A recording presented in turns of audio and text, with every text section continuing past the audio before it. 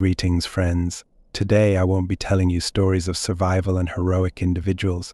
No, today we will delve into a different, darker world, the world of tourist and mountaineer mythology. Like any community, these people have developed their own omens, superstitions, rituals, and mythical characters over time. Today we'll talk about one of them, the most mysterious and frightening. The topic of our discussion is the Dark Mountaineer. But don't mistake my words for an attempt to frighten you. I'm not aiming to tell horror stories or spread panic. I'm more interested in exploring the folklore aspect of this character, delving into that shaky boundary between reality and fiction where our fears live. Modern tourists might not have heard about this, but the old hands, the seasoned wolves of the mountains, those who've roamed the wild trails many times, surely while sitting by the campfire have listened to stories about the Dark Mountaineer, the Dark Speleologist, and similar shadowy figures. These legends are alive to this day, though they are told less frequently. However, each storyteller adds something of their own, new details that make the story even more eerie and elusive. Like all urban legends, although urban isn't quite the right word here, stories about the Dark Mountaineer have many interpretations and sometimes differ greatly. But some core elements common to all stories can be identified. Today we'll try to delve into the demonology of the Dark Mountaineer, for this being is certainly otherworldly, hailing from the shadows where sunlight doesn't reach. The Dark Mountaineer is not just a tale to scare newcomers. It's a shadow that follows you in the most dangerous and isolated places when the wind howls between the cliffs and the night engulfs all living things. His presence is the feeling that someone is watching you, something invisible and hostile, ready to grab you at any moment. And although the stories about him vary, the essence remains the same. It is the embodiment of the fear that lives in the heart of everyone who dares to challenge the mountains and caves. Let's try to understand this darkness. Let's look into the eyes of our fear and understand what lies behind the legend of the Dark Mountaineer. Allow me to tell you one of the versions of this ancient legend, recorded in the dark notes of folklorists. Once there were two friends, mountaineers, who had been climbing together for many years. In those cold and harsh lands where the earth meets the sky, their friendship was stronger than granite. But one day a girl appeared whose beauty drove them mad. She became the apple of discord between them, and a crack formed in their friendship, like a crevasse in a glacier before an avalanche. During one of their climbs, the unthinkable happened. One of the friends slipped and hung suspended on a rope over the abyss. He called out to his companion, begged for help, but the other, blinded by jealousy and a desire to rid himself of his rival, cut the rope. His friend fell to his death. But he didn't pass on to the afterlife. He became the Dark Mountaineer. From that day, his soul has known no peace, wandering through the mountains and forests like a shadow, searching for his betrayer.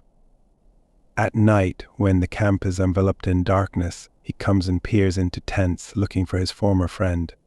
This is why tourists should sleep with their heads toward the entrance. Then the Dark Mountaineer, seeing their face, will understand that it is not his betrayer and will leave.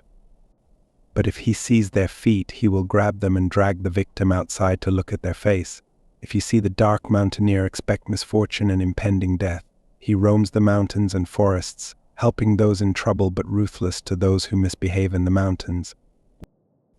These stories, you surely heard them by the campfire when darkness thickens around and the flames illuminate faces and every rustle seems like a lurking threat. From a folklore perspective, the Dark Mountaineer is an incredibly interesting figure. He has absorbed traits from the folk tales and myths of our ancestors, yet his image is unique with his own demonology and behavior not found in other legends. However, aside from its folkloric significance, this story also has a practical function. It serves as a tool for initiation, or simply put, for the induction of newcomers. If you've ever gone hiking with seasoned tourists or a hiking club, you might have noticed that on the first night by the campfire, they try to scare the newcomers with scary stories. Often, the legend of the Dark Mountaineer is central to these tales, after which many newcomers sleep with their heads toward the entrance. It is believed that veterans use these stories for ritual intimidation, not to create a horror movie, but to bond the group in the face of the challenges that may arise during the hike. It's like a setting for proper, safe behavior in extreme conditions. The legend instills in newcomers that they must not violate the unwritten laws of tourists and mountaineers. Mutual help and camaraderie are the only ways to survive and return home. As I mentioned earlier, this story has many variations. In each group, the tale of the Dark Mountaineer is told differently. And by the way, in far from all versions does he die. Sometimes it is told that he survived, went mad, and remained in the mountains searching for his betrayers. Sometimes that in his fall he lost his sight and feels the faces of sleeping tourists seeking his betrayer, or that after the rope was cut he disappeared into the abyss and his body was never found. But in all cases there is a transformation into the Dark Mountaineer. Our character ceases to be a regular person acquiring new sinister traits. Sometimes the legend is supplemented with new details, making it even more eerie and mysterious. Allow me to tell you another version of this grim legend, captured in the dying light of the campfire. In one of them, a girl organized a competition and said, "Whoever brings me an edelweiss first, I will marry," but there are also quite unusual versions. Here is one of them. Once, two girls and a guy set off into the mountains. Both of them loved him, but one of the girls had a secret intention to kill her rival. Fate gave her the perfect opportunity. While crossing a ravine, she pushed her friend, and she fell into the abyss. When the guy saw what had happened, his heart filled with hatred. He pushed the log with the culprit, and she followed her victim into the void. The guy was left alone, got lost, and eventually went mad. This is how the Dark Mountaineer came to be. But as I said, there are countless variations of this story. In some versions, the characters are brothers. Sometimes the love story is absent entirely, and the antagonist cuts the rope simply because he doesn't want to save his partner. Experienced storytellers often tie the legend to the locality where it is told, or even to the educational institution of the listeners. Here is an example of such a story. The Dark Mountaineer is a student of a specific university, passionate about mountaineering.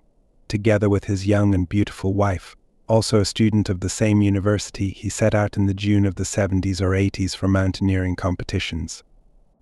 In the valley of a river, not far from the mountain, during the descent along a rock wall, the safety equipment failed and his wife slipped into the gorge. At that moment, a rockfall began. The student, who deeply loved his wife, fell into despair. Along with other students, he marked stones with paint and threw them off the cliff, monitoring their trajectory and then searching for these stones in the gorge, but he never found the body of his beloved. In autumn, the friends returned to the university, and he remained in the mountains, teetering on the brink of madness, dedicating all his time to searching for his lover's body. The following tourist season, completely insane and dressed in torn dark clothing, he began to stealthily approach the tents of tourists and carry off girls who physically resembled his wife, throwing them into the gorge and watching them fall. This is one of the most detailed versions of the legend, which highlights girls as the target of the Dark Mountaineer's search, which surely had a stunning effect when this story was told by the campfire. It is interesting to wonder when this legend originated. According to surveys, tourists born in the 50s have difficulty recalling such stories. Tourists born in the 60s and 70s, on the other hand, are much more familiar with the Dark Mountaineer. Therefore, it can be assumed that the legend emerged somewhere in the late 60s or early 70s with its peak popularity in the 80s. That's when this story was most often told.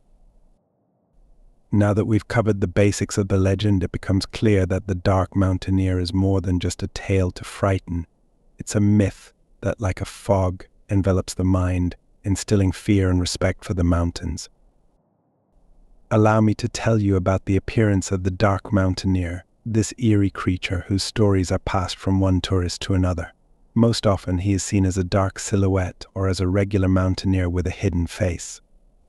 Sometimes he is noticed in old-fashioned gear, as if he came from the past. Sometimes someone from the group sees him and thinks he's one of their companions, but later realizes it was the Dark Mountaineer. Our sinister character doesn't speak, doesn't leave traces, and can appear in places where an ordinary person couldn't pass. Sometimes details are added, for example, that he only appears in cloudy weather or at high altitudes. But what does the Dark Mountaineer do? His main goal is to search for his betrayers. He unzips the tent, peers inside, and either feels the face or pulls the person out by the legs, and then the events vary. He can scare to death, carry away, throw into the abyss, warn of imminent death, or simply leave the person lying in the open air. In any case, his appearance is always a harbinger of disaster. Many tell that after encountering him, misfortune is inevitable. He warns of them with his appearance. For example, a group decides not to go climbing after his visit and learns that those who tried to do so perished. The Dark Mountaineer acts as a kind of harbinger. Here's one of such legends. Once in the Caucasus, in the Dombai Gorge, 4 climbers stopped for the night. They lit a fire, started cooking dinner, and suddenly heavy footsteps and the crunch of snow came from the darkness. Everyone froze. A tall black figure emerged by the fire, leaned towards the frightened group, and with a sepulchral voice said, "Run, in a moment there will be an avalanche." The people scattered in all directions, and moments later the deafening noise announced the avalanche sliding down to where their fire was burning. The group miraculously survived. Sometimes the Dark Mountaineer appears when conflict is brewing or discord has occurred, as if reminding of how dangerous it can be in the mountains. His third function is assistance. These stories are not told by the campfire, they are passed down by more experienced mountaineers. In these tales, the Dark Mountaineer commands respect, appearing as a guardian spirit. He can show the way to the lost, carry the weakened or injured, save from avalanches by forcing people out of their tents or extending a hand to someone who has slipped. These plots are widespread, but the Dark Mountaineer can also inflict harm, usually for inappropriate behavior, treachery, or for disregarding traditions. In such legends, a group may abandon a lagging comrade, and the Dark Mountaineer unleashes a rockfall upon them, or leads them into a dangerous place. He is also associated with the disappearance of belongings. He terrifies tourists to the core. Rituals are also associated with him. Some tourists make offerings to him in the form of food, tobacco, or alcohol. Sitting by the campfire, the first shot is poured into the flames, as if for the Dark Mountaineer, although here obviously more ancient rituals are mixed in, such as feeding the fire or mountain spirits. The Dark Mountaineer is so real in their eyes that some leave him food, down to individual utensils, as many mountaineers claim to have seen him firsthand. And yet, the Dark Mountaineer can appear as an ordinary person, unexpectedly encountered in the mountains. He can be distinguished by his dark complexion. But who among the mountaineers has a fair complexion? At altitude, from ultraviolet rays, the skin reddens and then darkens. The Dark Mountaineer is definitely an interesting and unique mythological character. It's time for me to contribute to tourist folklore. I'll share a story that was once told to me by the campfire by my father's friend. It's interesting because it's told from the first person and happened to him personally. That is, he himself saw the Dark Mountaineer, and this incident has many details, so here's my story. The storyteller was an experienced mountaineer and was involved in a difficult ascent. During the climb to the summit, a storm began, lightning struck the slope, so that ice axes hummed in people's hands and metal parts of equipment glowed.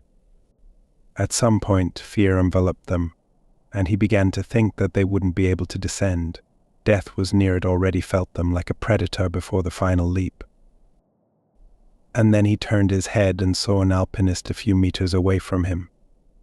According to him, the person was dressed like an alpinist from the 1930s, but at that time it didn't seem strange. At first he thought it was someone from the group that was parallel climbing. In a second he was ready to speak to this mountaineer, but suddenly realized that the person stood where no one could stand, on the edge of the abyss, over the void. He turned his head to call his comrades, but when he turned back, the mountaineer disappeared, as if dissolved in the air. His team managed to descend safely. However, in the group that went parallel, there were casualties. One of the mountaineers was struck by lightning. Was it a warning or an evil omen? It's hard to say. That was my story about the Dark Mountaineer. Share your stories heard by the campfires, or if you've ever seen the Dark Mountaineer, write in the comments under this video. I'm not urging anyone to believe in this mythology. I'm not calling you to superstition. This is just part of tourist culture, an element of our folklore, like shadows flickering in the fire of the night campfire. If you like this format, tourist mythology, tourist culture, be sure to write about it in the comments. Subscribe to the channel, share the video with friends, like it, and of course go on hikes. See you at a new summit. If the Dark Mountaineer allows.